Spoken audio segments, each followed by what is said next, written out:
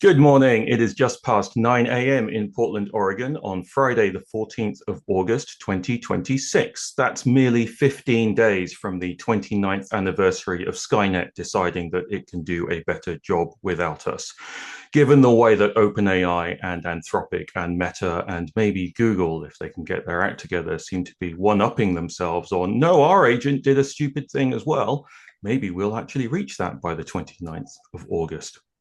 Coming to you live through software that has been criticized for security lapses and poor design choices, and also by design reduced privacy or security, according to Wikipedia, so you can't blame me for that. I'm Dan Hon, and this is How People Work Live, episode 6 with Weaver. How People Work Live, the live show based on my workshop for helping teams reach their potential. Over 4 weeks, I work with cohorts to develop and practice their organizational intelligence, to work with others and get things done.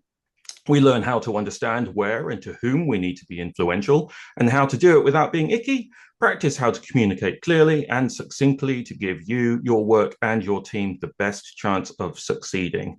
And then when we've done all of that, we wrap it all up in tying it into useful, successful strategy and tactics.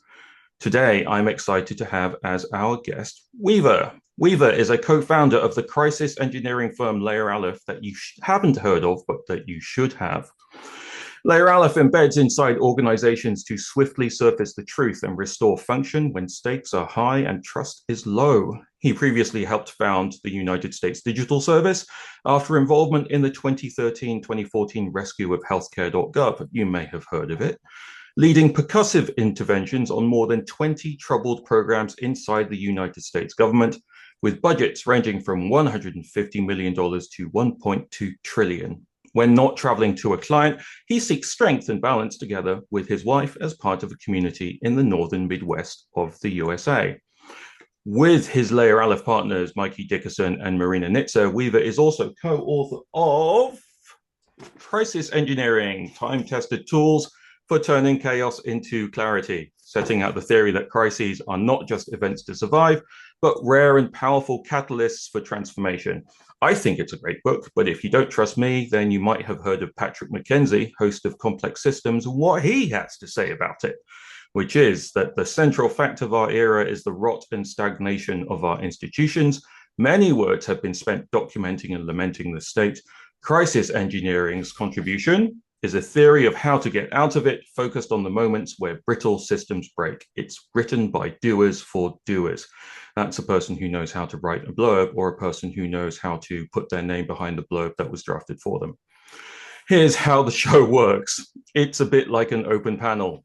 Weaver and I are going to start talking about how people can work effectively and decisively under difficult crisis conditions.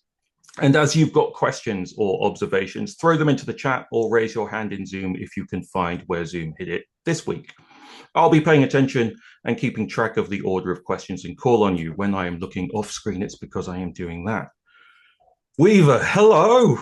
It's been ages. Good morning, Dan. Hey. Good morning, all. One of the things that I do when I work on a client engagement, and one of the things that I teach people in my workshops, is how critical it is to do interviews and one-on-ones and to talk about how you're doing them and to clearly report back on what you're learning through them to quickly orient. So we can just kind of jump straight into this. So Layer Aleph, you guys have got a reputation, or at least in my head, you have a reputation of a backstop team, the sort of emergency break glass mechanism. So what does it look like when you get called in? Or even better, what does it look like just before you get called in and then after you get called in? Yeah. There seem to be sort of two classes of conditions that we get hired under. The first, which is very hard to sell for, is that leadership has run out of ideas. So that is one flavor. When senior leadership, for a private company, this would be like the CEO and the board, or maybe like a CTO and the CEO are not sure what to do now, and have a problem that has risen to the level of attention of the CEO and the board. And they have tried everything they could think of. Sometimes they call us. The other more saleable and describable set of circumstances are the ones we lay out in the book. So when an organization responsible for a complex system, which is a term of art, we're stealing it from the cyberneticists. It just means a system made of machines and people, which Mhm. these days is basically all of them because software ate the world. Um, when an organization responsible for a complex system has a few things happen that we think can be described as crisis, and that is they are up against a immovable deadline. I don't mean the Mhm. kind that gets invented for OKRs or product launches, but the kind that is dictated by physics or a higher order control system like a court or a regulator or a market, right? Those can make deadlines that are real. um, has maybe a degradation or disruption in whatever its existential function is. For a Department of Labor and a state, that's something like processing unemployment claims. For a private company, it's something like selling tickets, right? Um, has a breakdown in consensus reality or sense making, which is to say, if you ask everybody at a leadership level what's happening, you get a different story. Right? There's not this shared idea of like what is going on in the circumstances Right. that we're in and what our actions have to do. Uh, some amount of increased visibility. So, like the sort of canonical version of this is the organization is in the news every day, or in the news every week, or even internal visibility. Think auditors or regulators, right? Um, uh, and when enough of those things are true, um, it's what we would call a crisis. And we get hired in those circumstances. And what's going on is that the flow of information inside the organization is broken down. Right Mhm. there is no longer like a coherent story informed by at least some amount of facts about like what is happening and what our relationship to that is. What are for individuals like what our job is, like what role we play inside of this thing. Mhm. Um, and we fix that. And we do it pretty quickly. That's kind of our whole shtick is that we aim to have like actionable facts in front of senior leadership inside of the first sort of 48 hours on site, and be making changes inside of the first 4 or 5 days.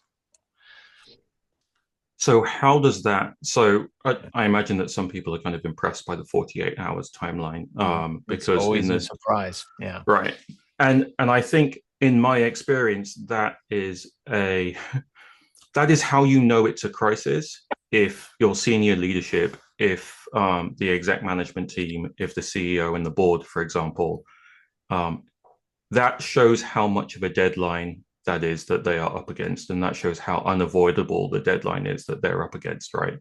Um, it is that kind of we are being, I've seen it. We're being kind of somewhat forced into that situation. You talked about, you're a state department of labor and you need to process unemployment insurance claims, and you are having difficulty doing that. To put some context into that for the people watching along, I suspect that that is the state of California during the COVID crisis, or one of those could have been the state of California Yeah. during COVID.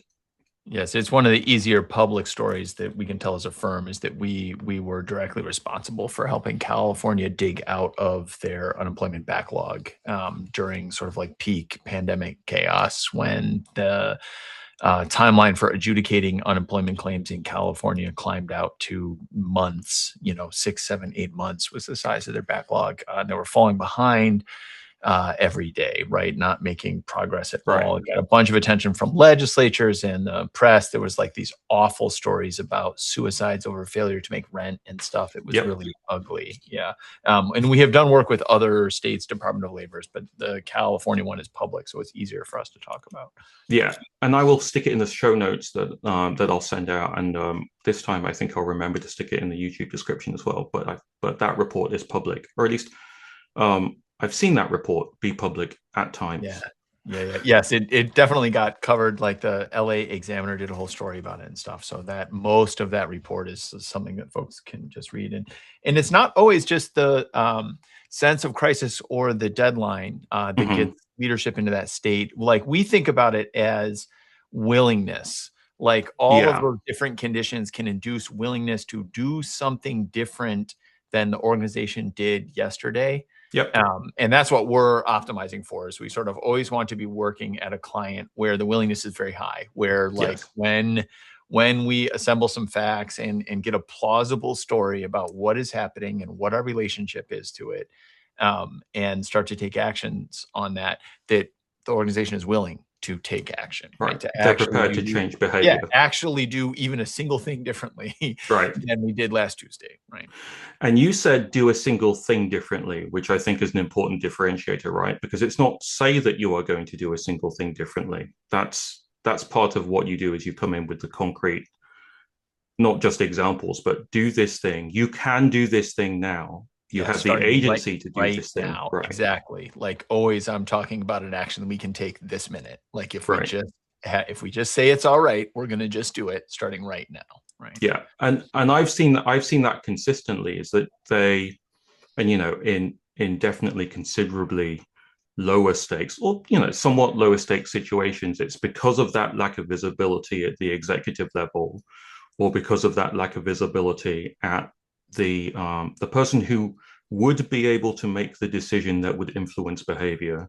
They either don't know about it, but if they had known about it, then a lot of the cases it seems like a no-brainer to them, and they're like, well, I don't understand why we would not be doing that already. That might seem like a reasonable thing to do, but for whatever organizational or structural reason, that isn't happening. Yeah, we talk a lot about this in the book, but the like there's this very counterintuitive thing about making sense of a complex system, and Right. that process actually involves action. Like that's how the human mind works. Like Kahneman Mhm. talks about this in his book Thinking Fast and Slow. Yep. Like we're actually assembling that sense of what is happening as a result of taking action and observing the results. And organizations, leadership in particular, management in particular, um, are often diluted into this story that it works the other way. That what we will do is learn a bunch of things and then decide what action we're going to take. When in Mhm. fact, the entire thing works the other way. Like we learn what is really going on. We build a model of reality by taking action and seeing what happens, right? And so um, all that we really need to get started there is a plausible story about what is happening, but most importantly, an action that is something different than we have tried in the past that we can actually take right now and then observe the results of, right? Right.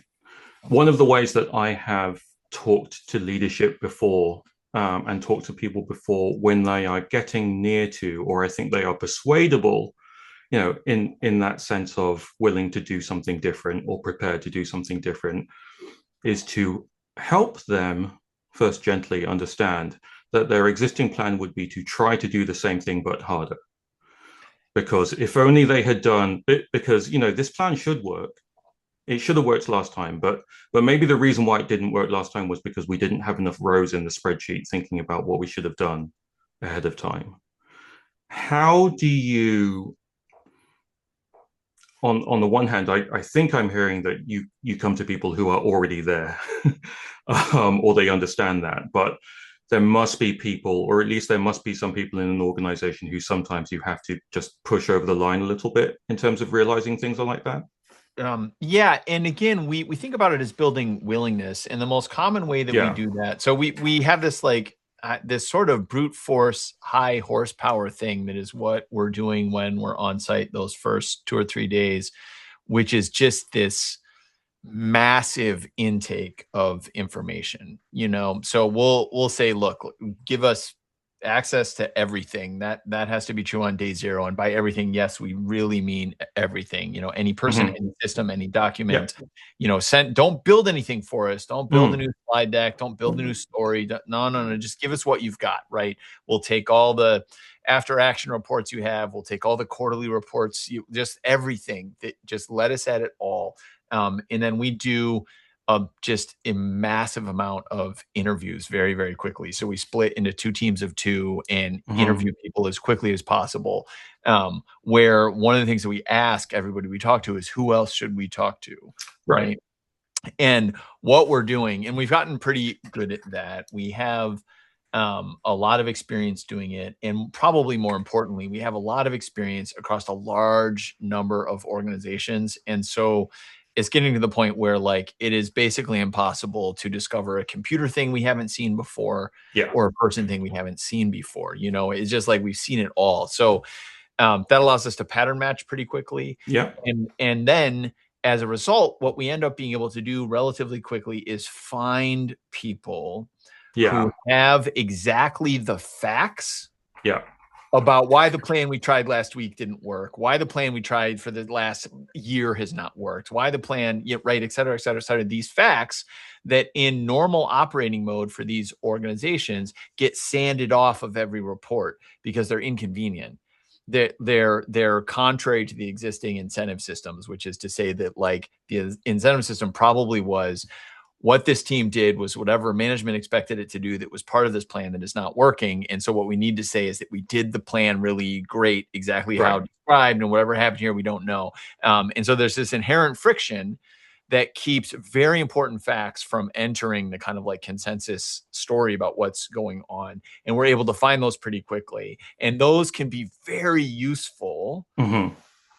for helping with willingness at the senior level. So we can create this kind of short circuit in the organization where we discover something that was sort of being consistently buried by, frankly, middle management that has a Yes. different incentives Frequently. Yeah. structure. Yeah. And like, not with malice. It's important to No. understand, like, there was a great term, I think it was Russell Davies used on this Yeah. show a few weeks ago, organizational physics. Yeah. Like, that's just a law of organizational physics. It's not a thing that can be fixed. It's just how it works. Like middle management will obscure facts that Hmm. are contrary to the incentive systems they labor under, right? And so you can find those. And so again, willingness can be induced when you produce a fact and can tell a Yeah. story about why it's a thing is how, and then suddenly you're able to do stuff like in California, one of the things we got the state to do is actually shut down the front door of the unemployment application process for 2 weeks. We're like literally Hmm. just turn it off, like do that publicly, flip the Right. website off, turn the Yeah. phone number off, right? Like you can get leadership to be willing to try these things when they're presented with like a cohesive set of facts that is like why doing something different right now Right. is actually part of the story where everything gets better. And for me, part of that willingness, in effect, I realize when I'm interviewing a client is, do I get a sense of that exec leadership? Do I get a sense of that CEO or those directors, for example, understanding that it is their responsibility to make that decision at that level, that no one else can make that decision, but that is literally their job. And if, when presented with facts like that, they recognize it and they say, great, now someone has actually brought to me a decision that is actually impactful, that is at the appropriate level for me to take responsibility to make, that I'm accountable for. I may hate that we are in this position. I may be quite angry and quite upset about it, which is a separate thing to deal with. But now I have something to do about it. And like you say, it fits inside a fact pattern. It starts to have explanatory power, right? That it's backed up by that. One of the things that I've also seen that is like one of those little nudges to help it along the way. When you were talking about, you now have this breadth across organizations when you've gone in, you've done these interventions, or when you've been called into these situations, is that there are a lot of similar patterns. And to be able to say to leadership, I found this is not a completely unique screw up that is just for you. This is actually a somewhat common failure mode. Um, and you may not have known that you were walking into this. So just to take, I found just to take the edge off sometimes for people who are on the bubble, it's like, it's not just you. Other people have had this trouble as well, and it actually may have contributed to a crisis that you've seen them go through. So good on you, because we're able to spot this right now. Yes, we call that part of the job, which is absolutely true. Organizational therapy and leadership Yes. therapy. And yeah, it's definitely part of the value that we're able to provide really early on, is just be like, look, your thing is not terminally unique, actually. Right. Right? You're not in some totally bizarre corner of the flight envelope. This is all normal, and PS, we've seen worse, and like it's all going to be okay. You mentioned something briefly that I think uh, might be useful to the people, to everyone kind of watching along, which is you talk about this high power approach. You go in, you read everything, you ask for everything, you ask for access to everything. I can't remember if this is inspired by how we met when I had the pleasure of working alongside you, probably nearly over a decade ago. But now I definitely know that, at least for my personal approach, I go in saying, don't be afraid of giving me too much. I want to find out everything. Let me be the judge of what is useful and what is pertinent, because that is going to be in my approach. I want to see everything, because I don't think anyone is really necessarily has the job of looking between the gaps that way. So that's the one thing that I do that I see incredibly useful and incredibly helpful. The next one is I need to talk to as many people as possible. I can do maybe 4 or 5 people in one day, and I can do it for a small number of days before I start getting burnt out. Practically speaking, there's what, 3 or 4 of you who can go in up to. What does that interview cadence actually, if you get what you ask for, how long and how many Yep. people are you talking to?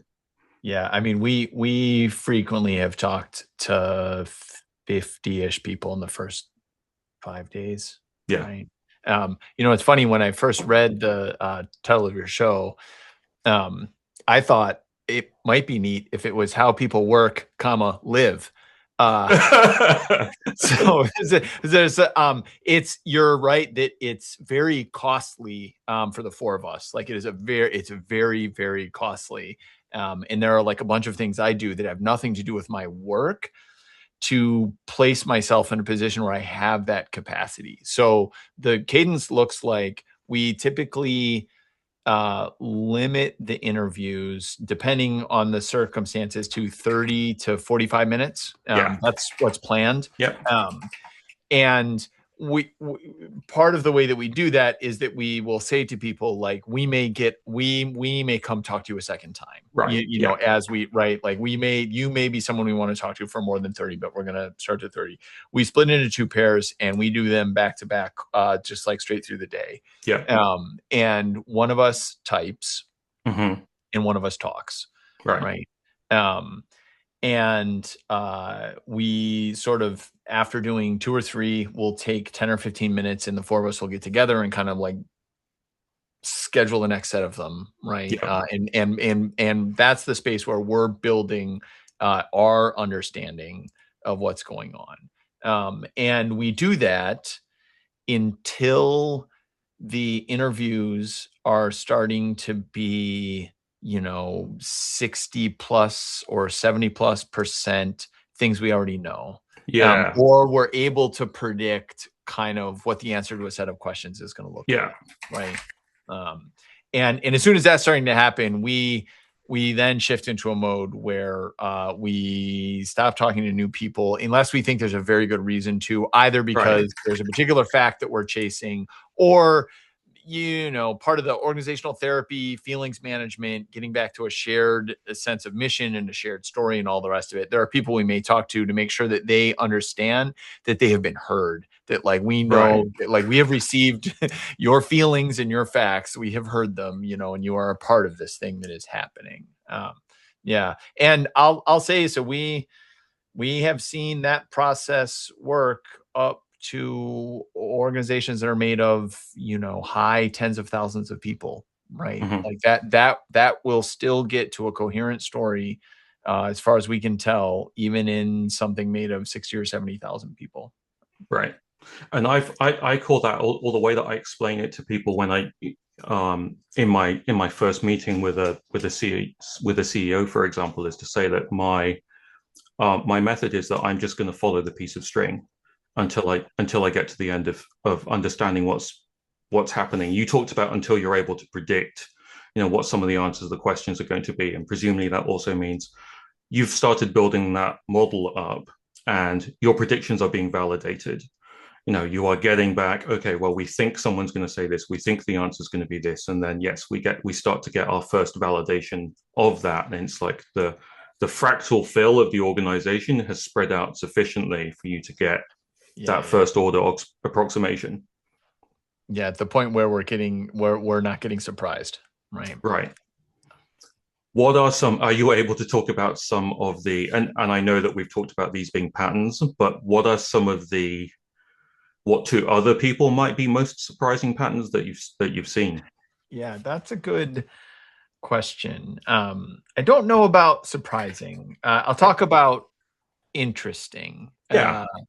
Yeah, so we recently did we in the past couple years, that's what recently means. The had an engagement with a very small organization, which is novel for us. We don't Right. do that as often. And in this case, the change in circumstances that precipitated the crisis is that it was an organization that had spent a lot of time and energy being, it was a small technology org, becoming very, very resource efficient because they did not have a lot of money and they did not have a lot of revenue, but they did have clever people. Right.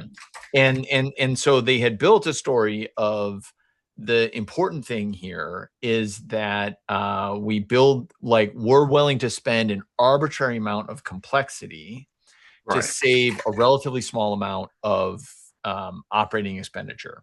Okay. Essentially cloud spend, right? Okay.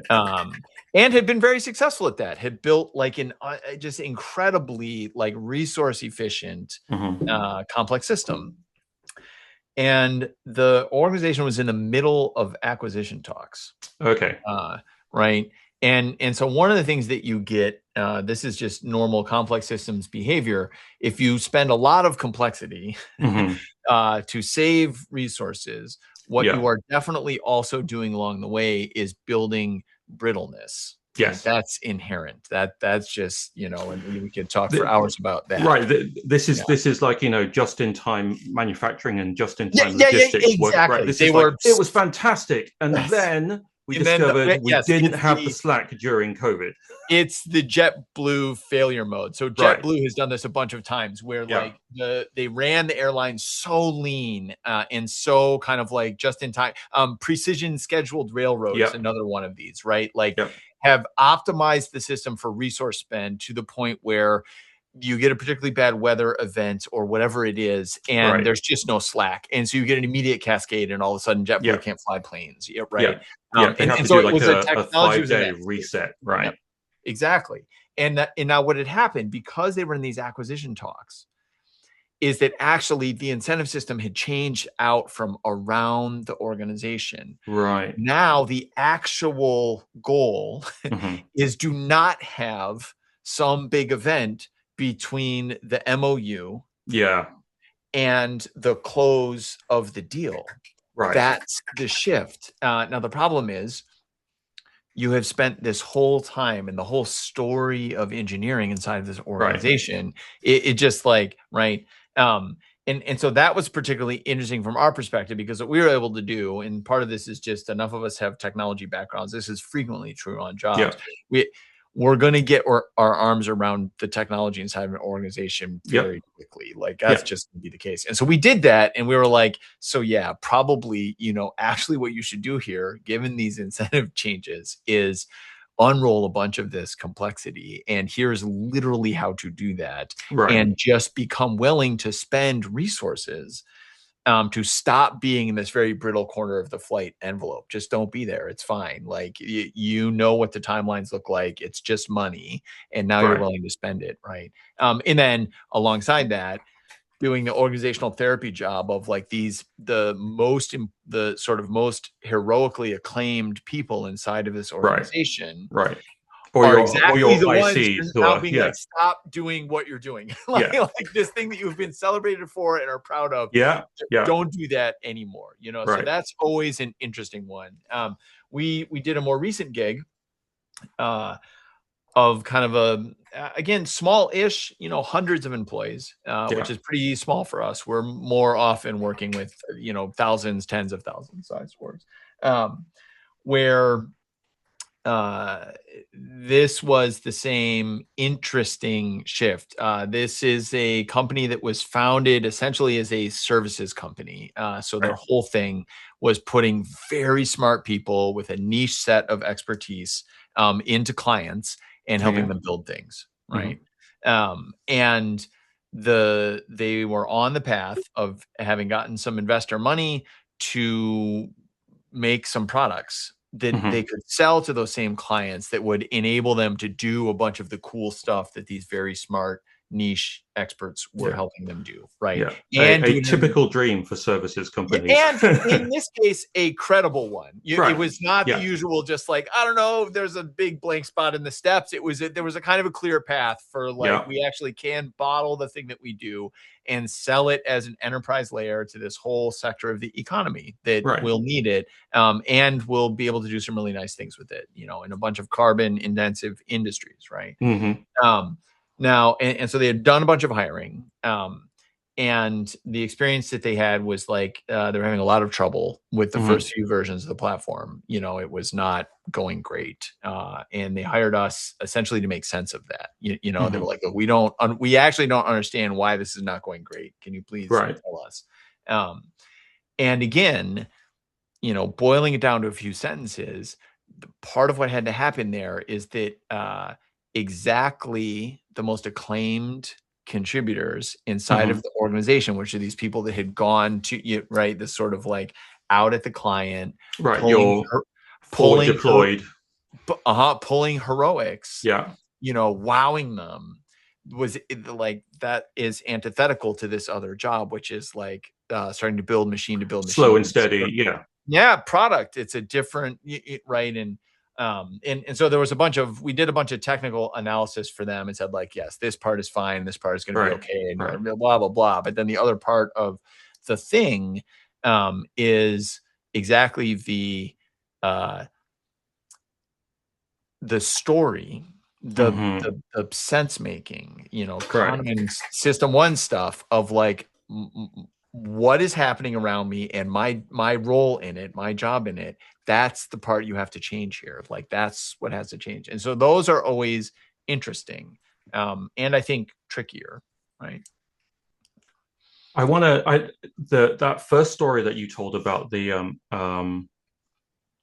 smaller Yeah. company that was doing. So first, I want to ask. So this was due diligence precipitated work. Was it from the original Yes. Yeah. investors on the board, or was it from the acquirers? It was the company being acquired actually Okay, who yeah, turned to us. They were like, we really need this to all go okay. right, right. Right? Yeah. And then Um, the sorry, go on. yeah, and we also, it hasn't happened yet, but we think we'd be really interested in the opposite side of that. Like we would be delighted to do due diligence kind of job, right? Yeah, Which is to say, we're acquiring, we have this story right. of what's happening. Can Yeah, you check? yeah, Right? yeah. Um, and there was something else that struck me about that first story, which I kind of want to repeat back, which is this is an organization that has noticed that they're going to have a temporary change in their risk envelope.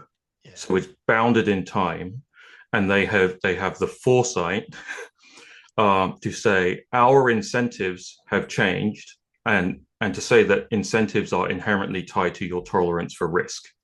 Right, you have a goal and an outcome that you're optimizing towards, and then you have your risk envelope for how you're prepared to achieve that, which leads to a whole bunch of various factors, and then the ability to recognize there is a different goal right now, and they may not even know. I've seen this. They may not even know what their risk tolerance is yet because they haven't looked at it that way. So even being presented with something means that they've got something to react to. Is that right? Yeah. Yeah. And in this case, you've put your finger on it. It was remarkably thoughtful leadership. Hmm. Right. Like it was very like someone did exactly that, looked Right. around and was like, actually, we've exited the flight envelope for this org, and our incentives have changed, and our appetite, like where we're willing to accept risk, has changed radically. Hmm. And they wanted two things. And one of them was like, can you take a look and tell us if there's something we can do given those circumstances? And can Right. you validate my instincts Yes. that like that is correct and it's going to be okay? Yeah, which is also a major step forward when you're making management decisions, not solely based on instinct and vibe. Vibe, I feel, has is now the acceptable new term that's replaced instinct. Um, it'll be more like your system, your vibe system, and your system and the slower system. Yes. Right? Kahneman's famous book, Yeah. Vibe Thinking and Careful Uh, Thinking. vibe thinking and chain of reasoning. Yeah. If we update it for 2026. When you talked about that communication part and that story and that sense making, and on Layer Aleph site, one of the things that you say that's most important about what you do is creating clarity from complexity, or creating simplicity from complexity, I think. Um, when I was invited to put together the workshop that this entire show is based on after 3 engagements with a client, where they basically asked me to come in and do a turnaround. And first time I came in, I said, I don't know what it is. You want to write a statement of work for what it is that I'm going to do to fix this or to improve the situation. But I cannot tell you what that is going to be yet, but I can tell you what I will do to figure that out. So I did that once. They loved it. They asked me to do it again.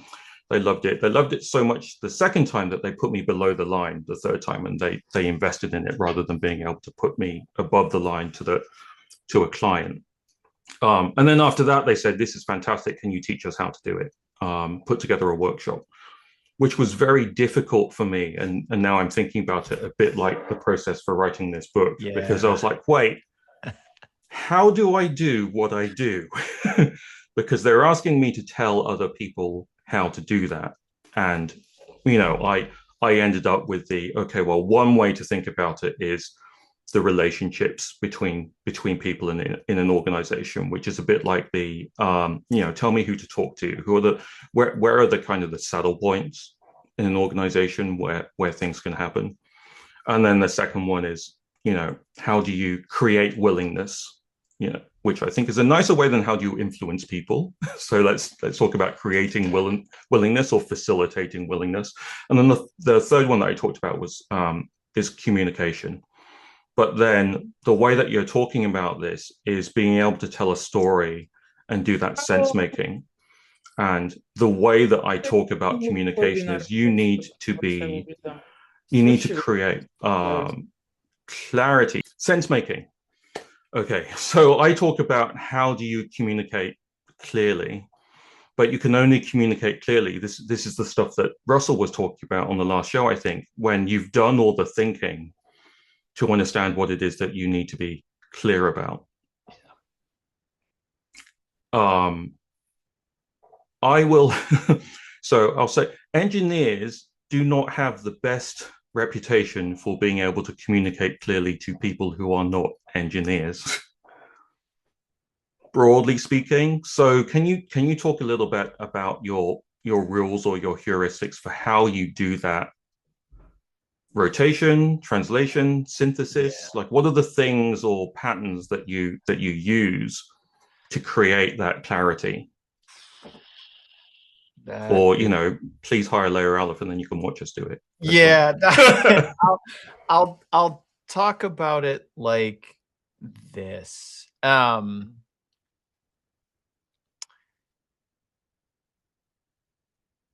I wish actually there is a particular skill that I have Uh-huh. that I don't know how to explain. Uh-huh. Right. It like Yeah. I think this is true for most people. There are things that that they are intuitively good at, that if you ask them how do you do that, or how did you become skilled at this, Hmm. that there's no there. Like that's Right. not Right. um so let me talk about it this way. I frequently end up being the one of the four of us that does the most talking Hmm. at the like leadership level. Yeah. We joke, we have a gag inside the firm. We call it tactical man voice. I do most of the tactical man voice. English accent in America. It's I start a lot of I sometimes I start my engagements and I end presentations with, now remember, you just heard this with an English accent. Yeah. So go away and then sit with it for a while before you kind of get backdoored into just trusting everything that I say. I am Every, not joking about this. yeah. Yeah. Yeah. It's not always me, but I don't know, like Right. Right. 2/3 of the time or something, I end up being, Right. just because I impedance match that. Yeah. And so let me come at it from Yeah. this angle. You talked about how you like had to think through how you did what you did Mm. to build a workshop to teach somebody how to do what you do, and the book is that for us. Yeah. Yeah. And here there's a work that we cite in the book, a book that I like a lot, by an anthropologist named Joseph Heinrich, called The Secret of Our Success. Hmm. That is a research checkpoint basically on his career, about how culture evolves, Right.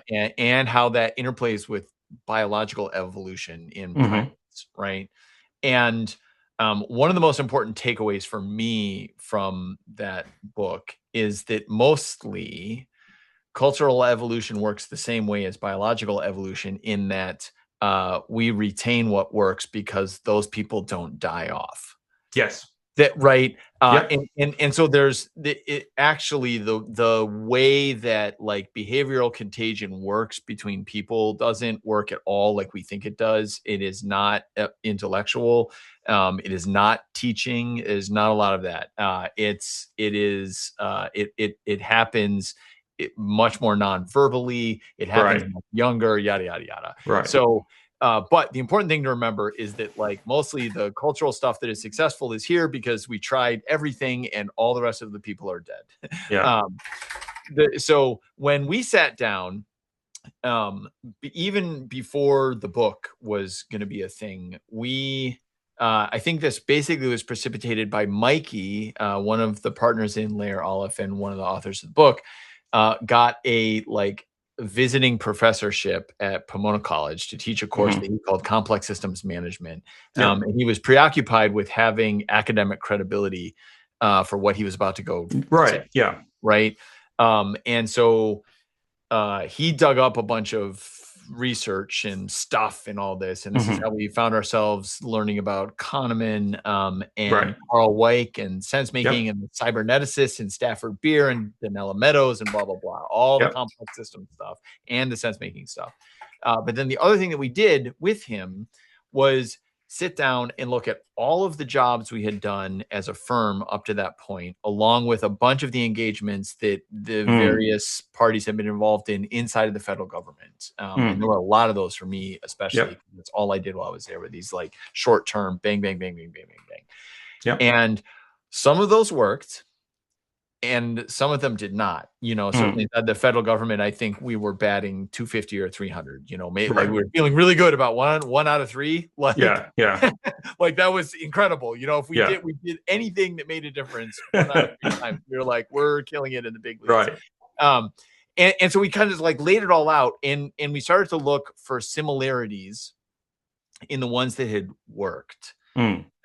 And so part of how we know what to do is that all of the things that didn't work, we have quit doing. like those approaches have died. I guess a nicer way is to say it's an empirical tradition. Right. We have run a lot of experiments and only kept what worked. And this is true of sense making. It is only retrospectively, it's only looking backwards that we can figure out what we're doing, and have that story that is like, here is what we do and why we are good at it and how it works and all of those things and how it works especially, right? So it's a retrospective examination of like what we have retained and what works. And that is also true for me personally. I have been involved in like the operations and debugging of complex systems for, I mean, we're coming up on 40 years here, certainly more than 30, right? Right. And it's just a long time. It's a lot of Yeah. systems. And so there is this, I also have kept what's worked and unconsciously, in a lot of cases, discarded all kinds of stuff that doesn't work. And one of the Right. things that I have been, as like I survivorship bias, one of the things that I'm good at that I don't know why I'm good at, is distillation and translation of complex technical state of a system Yeah. to 3 or 4 sentences to an executive that ties it to like like where we are, what's happening, and what we might do about it in a way that affects our top line mission or top line business objective, right? Like what's happening. And Right. I don't know how that works. Like that is a, yeah, like it's a kind of what the chintzy thing I guess I could say is like it's a right Yeah. brain. Like that is a intuitive behavior of mine. And it's not something I've ever figured out how to explain, other than like when people are asking me how, I'm like, you have to figure out how to use less words. That's the long and the short of it. Yeah. Like Yeah. you like way lower word count and way lower grade level reading. Like you need to be able to write and speak at like a 7th or 8th grade reading level Mm. and get across the essential in, 150, 200 words. Like Yeah. that's what it looks like, but I can't tell you how to get there. So, well, okay. So you saying that has made me think of two things that I would invite people to try out, which is one, spend a lot of time reading the simple Wikipedia. Because that is exactly the thing that ideally through a process of success and the articles that survive is the way that at that grade level translates Wikipedia. So hopefully that works. The second one that I thought of was Randall Munroe's book. Yeah, One of thing explainer, yeah, right? yeah, the thing Yes. explainer or the thing go up thing, which is where he also attempts to explain things in, I bought it very, very early on, so when my kids were at the appropriate age, I'd be like, just read this.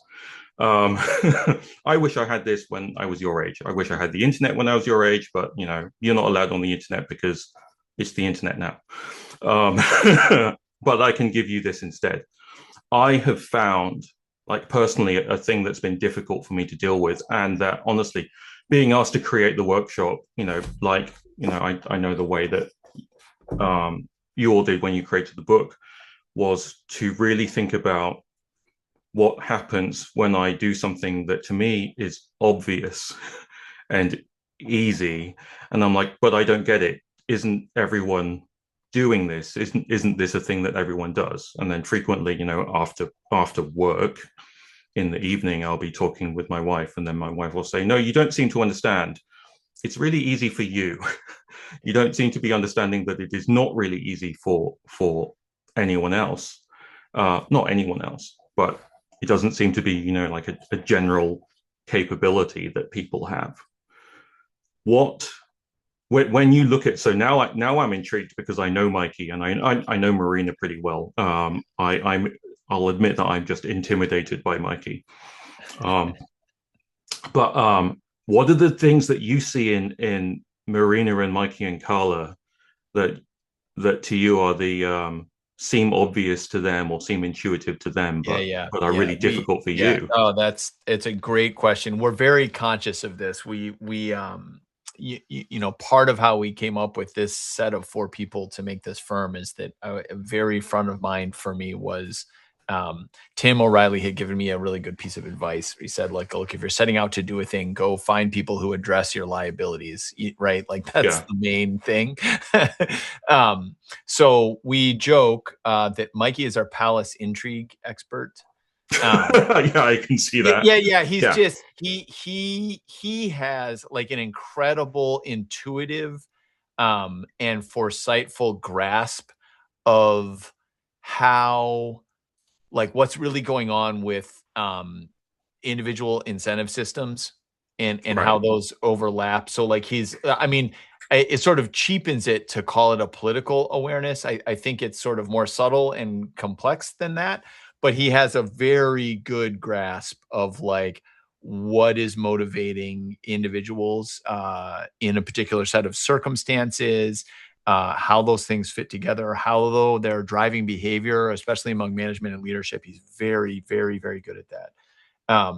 Marina, she would cheapen the thing that she is particularly good at by saying she's a backlog expert.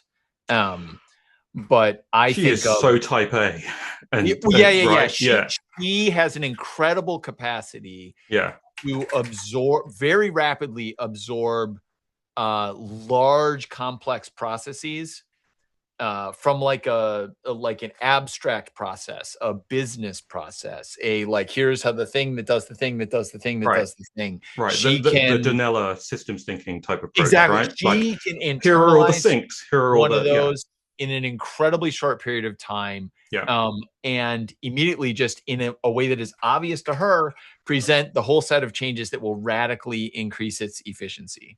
Yeah, yeah. right. Just like it's completely clear to her at first glance. Um, and then the running joke among Mikey, Marina, and I is that Carla is our like fancy CS degree coffee shop software engineer Yeah, player class, you yeah. know, I remember and so that.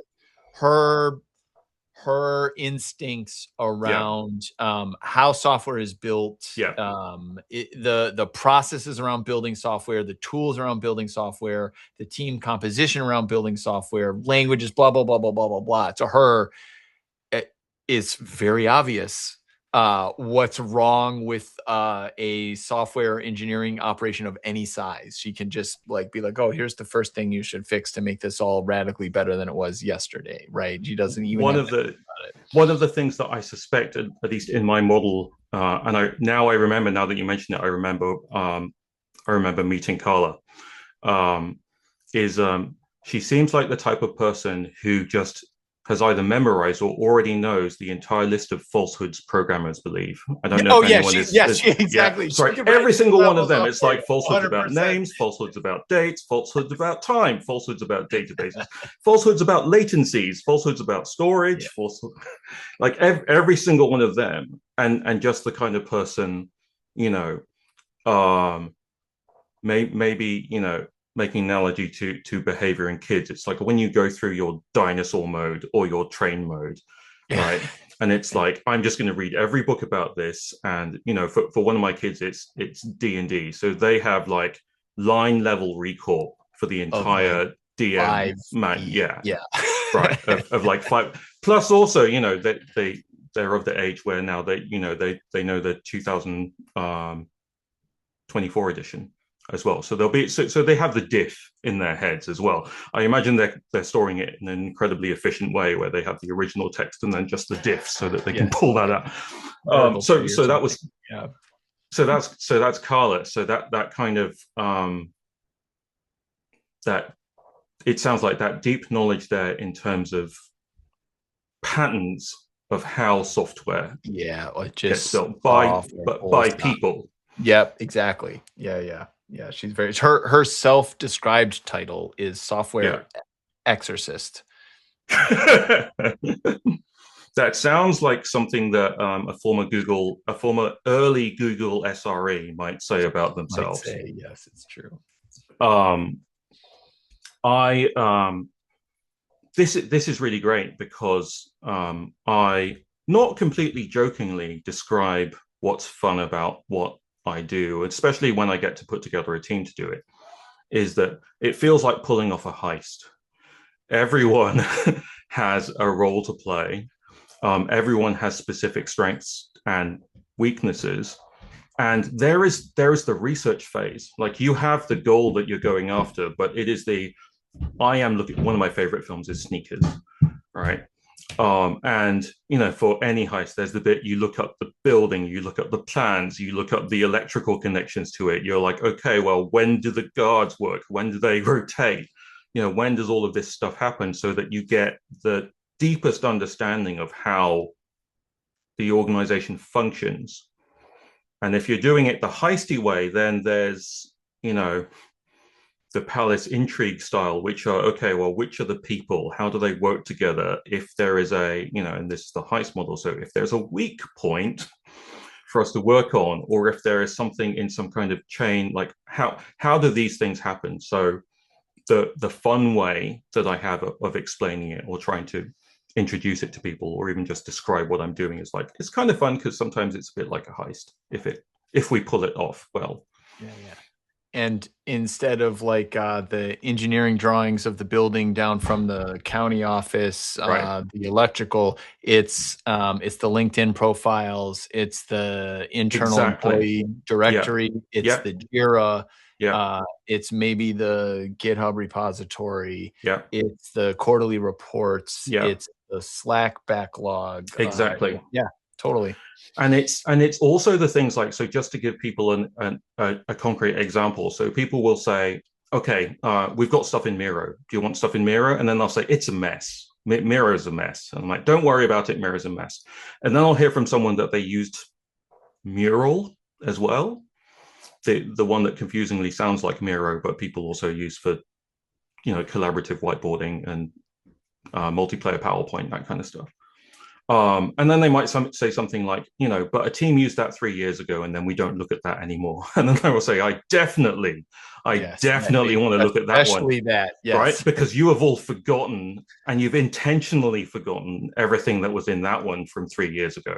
And there is, I bet you there is going to be stuff in there, because they are the last ones who looked at this problem, and you decided not. I want to know why, or I want to have a theory of why you decided to not do it that way. And another thing that I noticed, um, about how you described Mikey. So describing Mikey as, the person who,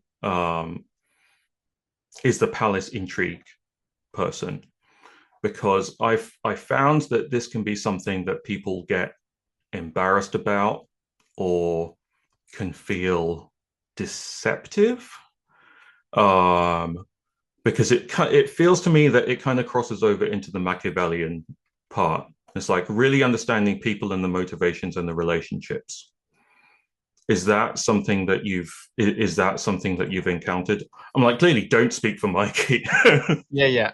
Well, like it's interesting you saying that. Like, what balances it for me with Mikey is that he is like one of literally the most deeply Mm, empathetic people mm, that I know. And mhm. so it's like he can see all that, comma, and has an openness of heart Right. for every person that's involved in all that, right? He's like very deeply sympathetic and empathetic to individuals' circumstances and their motivations and all that stuff. And so um, there is a love to it Yeah.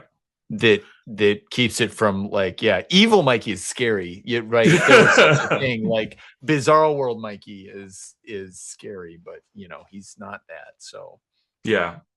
And I think that's an important differentiator. That's an important distinction, right? One of the things I learned is that look at empathy as the way of being able to put yourselves to understand the position of someone else.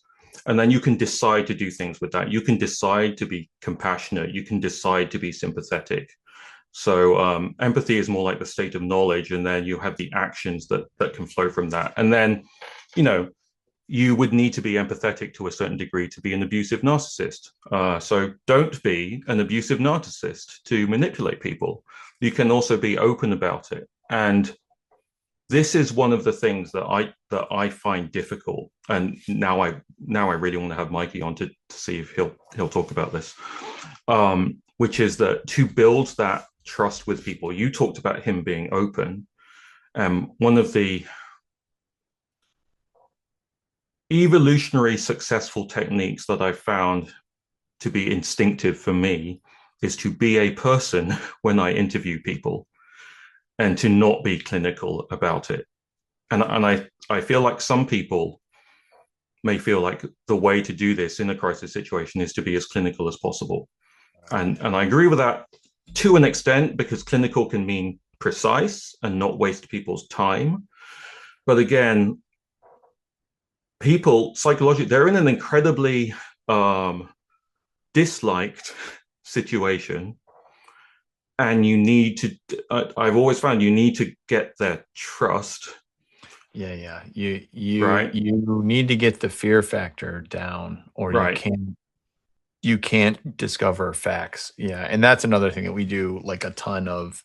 There's a bunch of tiny little stuff that we do in the interviews that are centered around that. Cause always like on day zero, that in almost any organization, the assumption about the four of us is that we are here to make a list of people to fire. Yes. Like that's just what everybody thinks every single time.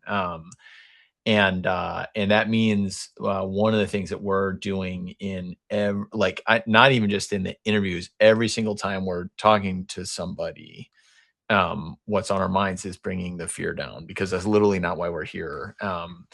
And one of the ways that we do that at every level is we're really careful to just operate in the open. Like we'll just tell you what we're doing all the time. Yeah. Like Yeah. here's what we're doing right now and why we're doing it. And we just and we're very careful to be egalitarian about that. Yeah. In that, like I'm not telling a different story about what I'm up to Right. Right. to someone we just pulled out of a call center. Yeah. Um, off the phone to be like, we have a bunch of questions for you because Yeah. we're Yeah. curious about how the thing you do works. Right. I'm treating that person that I'm being very careful to treat that person the same as I'm treating the board chair and the CEO. Like I am, they're like, I'm Atticus Finch. I'm the same inside my house as I am outside the Right. house. And like that, Right. that is at least for us, that's the most effective way for us to build trust. And so we're so careful. And I think that also keeps us out of the like whoopsie doodles. We got a little, we used the dark side a little. Yeah, right. It's like Yeah. we can Yeah. help keep ourselves out of that business by just being what we operate in the open. We're very honest about what we're up to all the time. The way that I do this, again, kind of the successful ways that I do this, so instinctively it's like, oh, that worked that time, so I will do that again this time, is one of the things that I really took from I think Ed Catmull's book on Pixar. And I had the privilege and luxury to learn from directly from a friend who was at Pixar at the time, who kind of really preached it to me, was this kind of radical candor inside an organization to be able to create trust. It's like, I am going to trust you, and I'm going to tell you, I'm going to be candid. And the way that often manifests with me when I'm doing these at the very beginning, when I'm doing these interviews, when people are terrified, right, that you've come in and then you are making the list, is to say at the beginning, everyone here is doing the best job they can. Everyone here does not want to be in this situation. I know that you don't want to be in this situation. So I by default assume the best of everyone. What I will say is, if you are not the right person for the job, which is not your fault because you did not hire you. So if there are jobs that need to be done, and if there are skills that are needed, and there is a mismatch there, I believe that it is a disservice to the person who might be in the wrong place for them to be in the wrong place. It makes it impossible for them to succeed. So we'll say, if you don't have the skills to do this, that is a failure of your management around you. There's nothing personal about it. You are doing the best job that you can.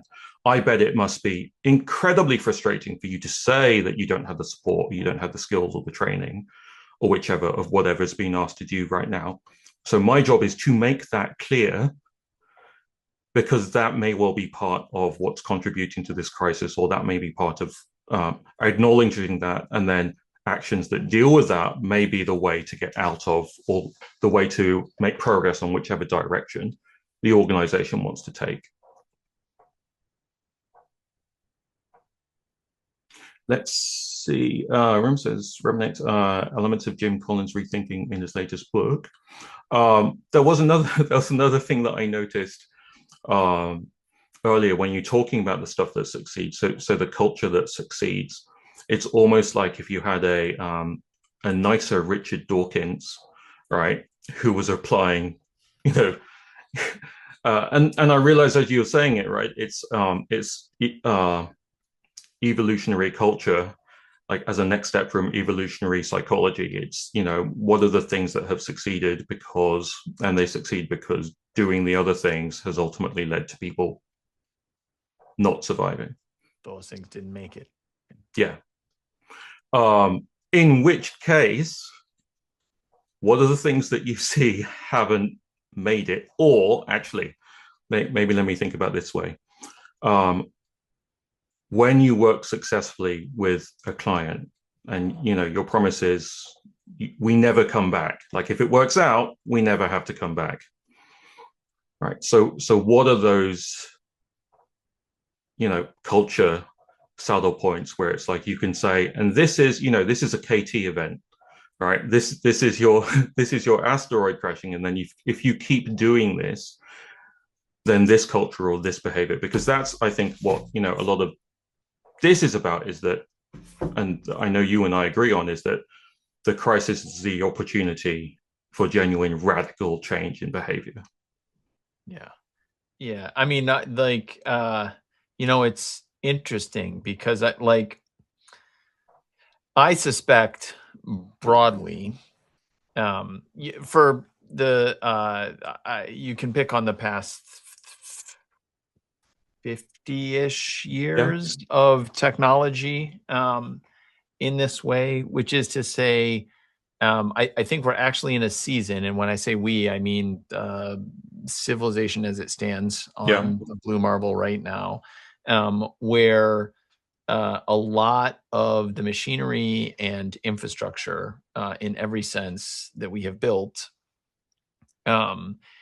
is in a lot of ways like the little technology I described earlier, the little company. It's brittle.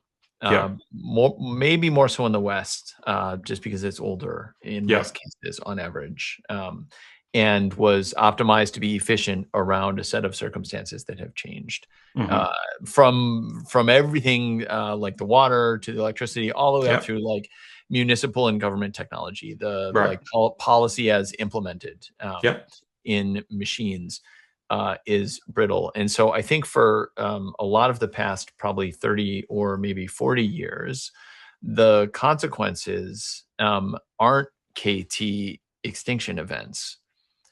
The nobody ever got fired for hiring IBM. Right. That like actually that you can kick the can, you can be in a effectively failing state as a business and as a government for a pretty long time in a row. And maybe for not much longer, it feels right. This is the thing. This is exactly where I'm headed, is that I think, and we're seeing this some now, some of the bigger, even private companies that have hired us in the past 2 or 3 years have found themselves in a corner where like all of a sudden it is a little more KT extinction event stuff, in terms of not being able to do something different next week than we did last week. It's no longer just like ossification and staling returns. It is, the recipe for an existential event for the organization. And I think we're entering a season as a civilization where that is just more true. That it is much more possible as a government, as a company, as a take your pick, what flavor of organization you want to talk about. It is more possible to discover that you're in a corner of the flight envelope where things are going to break in a way that you can't. If you continue doing what you did last week, it's actually going to be existential for the organization on a timeline you can recognize, on a timeline that leadership can notice. And for what it's worth, I have a deep and abiding optimism in humankind.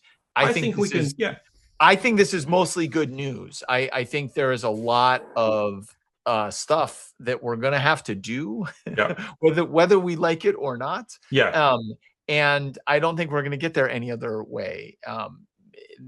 Like that's what has to happen. We are going to, in our organizations, have to arrive at a new level of willingness to change.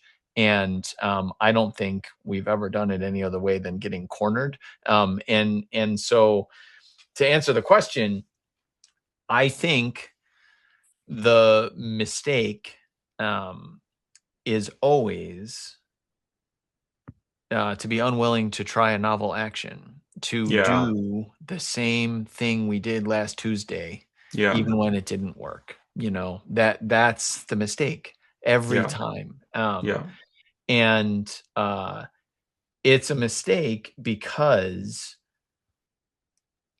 the reason it didn't work last week or last quarter or last year is that we failed to accurately understand the circumstances of our reality, like what is mm, actually going on. That's why the plan yeah, didn't work. And the only way we can discover new facts about reality is by taking novel actions. That's how it works. We have to take the novel action to gain an updated understanding of our circumstances. And so the only way you can fail is to just, it'll work this time, and here's how. yeah. I two two things to that. That's fantastic. The one, I have to admit, from potentially even before we went live on this, I had in the back of the mind, it would be great to see you use Michael Crichton's Jurassic Park original book as a case study. Um, and I'm happy to admit it, to read Layer Aleph Jurassic Park fan fiction, and to insert you all in there, which has had me again thinking about, because I can't help coming back to Jurassic Park. I think it was a formative, it was a formative novel when I was growing up. Because especially in the book, you've got Ian Malcolm talking about essentially systems theory Yeah, and chaos theory, it's and certainly how I learned about chaos theory right, and complexity as a discipline, like yes, yeah, literally from that novel. Yeah, as I don't know, I read so many things at an inappropriate age. I was probably too young to be reading it, and there I yeah, was being yeah, like, complexity. What's the Santa yeah, Fe Institute? right, Like, yeah. Um, and then that thought, this is just a throwaway, is that, optimizing for perceived increased stability, what we have been doing, the JetBlue thing, the just-in-time stuff, right? Setting aside whether that was optimization for that, setting aside whether that was financial engineering and optimization through, market incentive and all of that, is that it inadvertently leads to more violent volatility. yeah, yeah, Like maybe that's another way of restating the brittleness, of a situation, is that the brittleness leads to, doesn't lead to a soft break. The thing about the brittleness is that it results in well, it does result in a break. It doesn't result in a bend. It results in something abrupt when the system yeah. doesn't have the tolerance for it.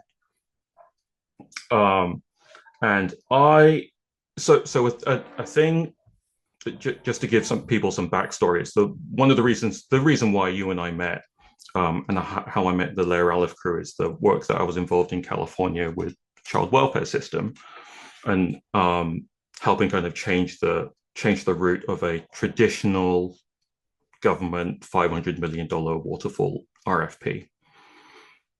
And the reason and the mark of willingness that I saw there, that was one of the reasons very, very early on that I decided to throw time and effort behind it, was because when I met with Mike Wilkening, who then went on to become the secretary, and then when I met with Maribel Batcher, who was then the Secretary of Government Operations, which sat above the State Department of Technology, they said to me, "We don't like what has been happening in the way that we buy technology, but we don't know a better way, and we are tired of it.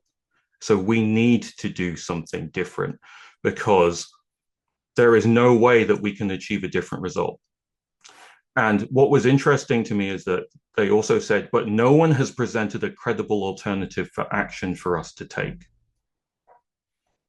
And so they were very clear. They were like, if you can bring us something that we can do, and I think not just implicitly, but explicitly, which includes everything up the way to radical change, because then otherwise, how would we really be doing anything different? Then we need to see it because it's our responsibility to properly consider that, and then make that change.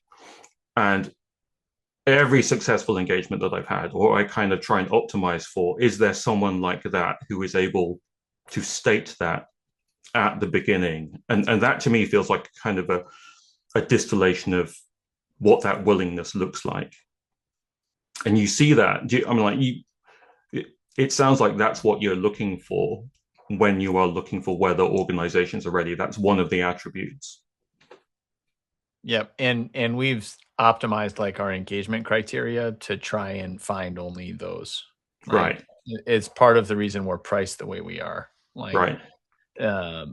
Because it means that like somebody is ready, somebody high enough in leadership is ready to try something pretty different looking than everything else they've ever tried. You know, they have never hired something that looks like us for what we cost, right? And so it's one of our key signals that like an organization in particular's leadership at least has willingness to do something they haven't done before, right? Yeah.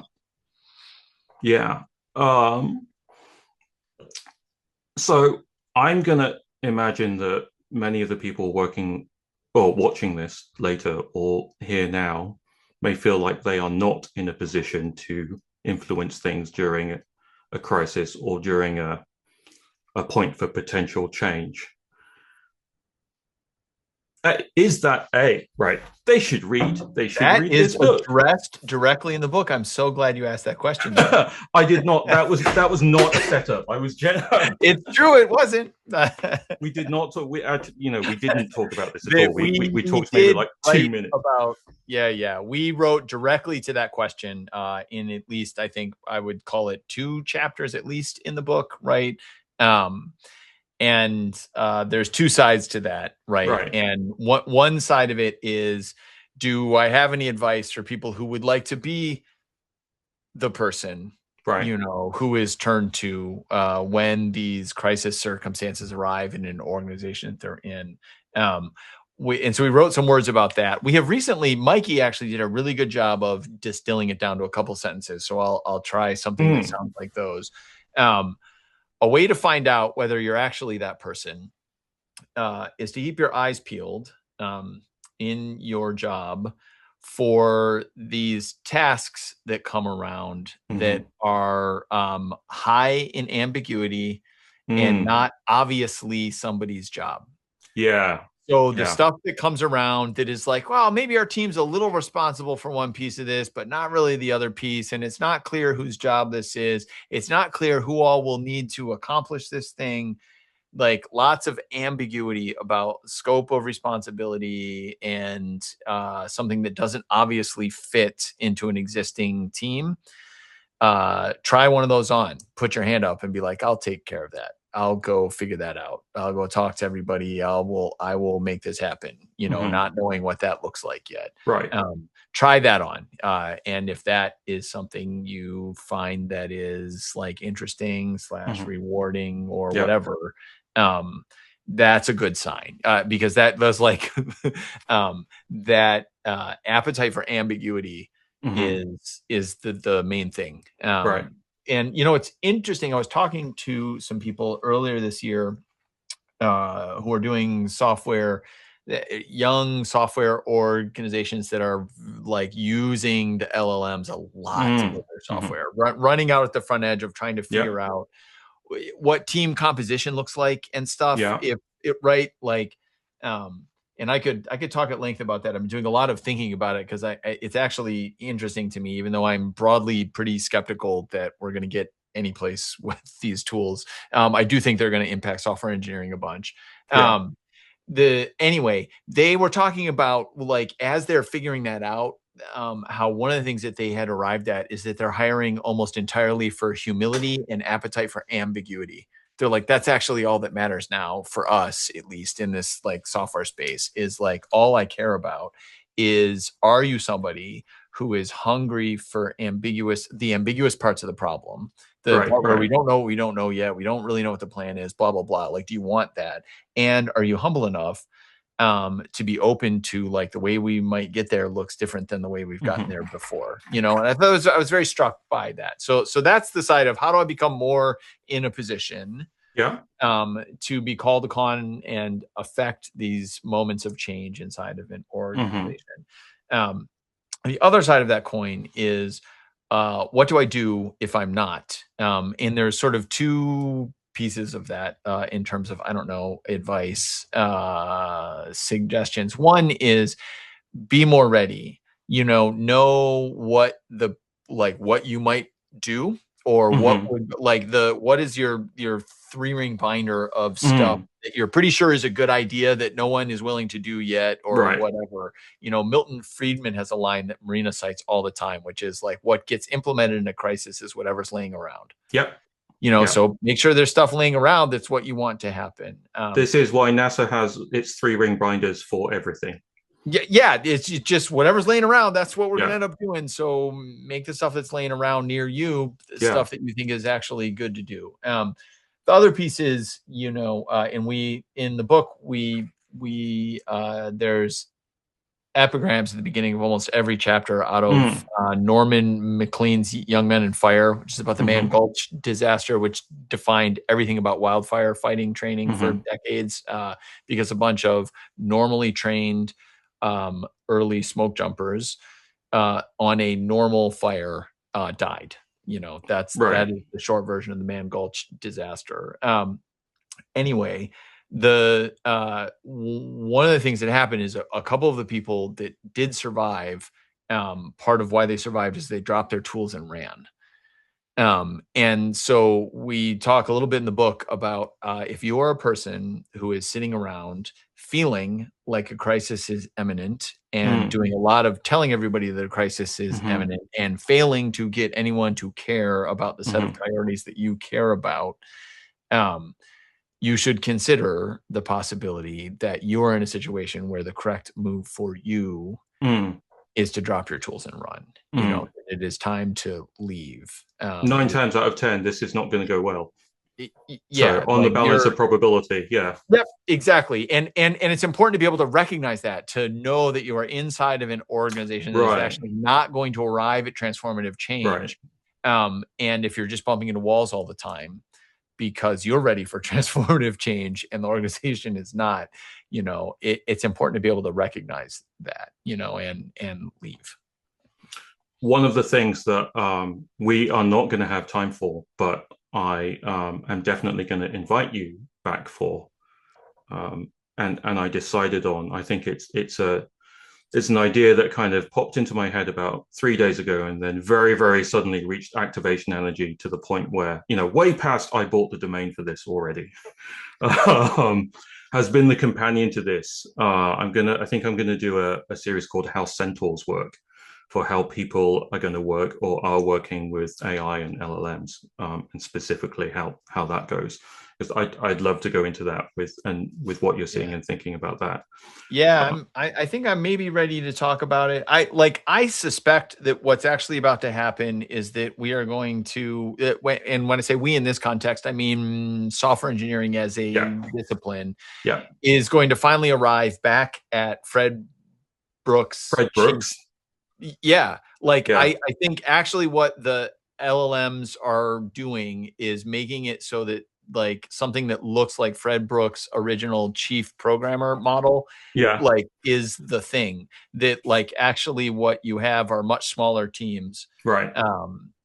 with better defined boundaries of responsibility, like Yeah, better enclosed abstractions. yeah, Like I think that's where we're going to end up back there, because you yeah. can sort of, like, you can drastically reduce team sizes with the tools. I'm waiting to see a little bit. There are some open questions for me around the economics. I'm not like, it's impossible to tell, like, to shelve entirely the like Oh yeah. gigantic mountain of negative externalities, which I also would Oh yell about yes. for Yeah. hours. Like, if I ignore all Yeah. that, because I Yeah. need to be curious and Yeah. humble about what's changing in software Yeah. development, I have Yeah. some open questions about the economics and the long-term viability. Like, I don't know yet, Right. but it does smell to me at least a little bit like what might be happening is Yeah. we're going to see a shift to something that looks a little bit like what Fred Brooks told us all to do almost 50 years ago.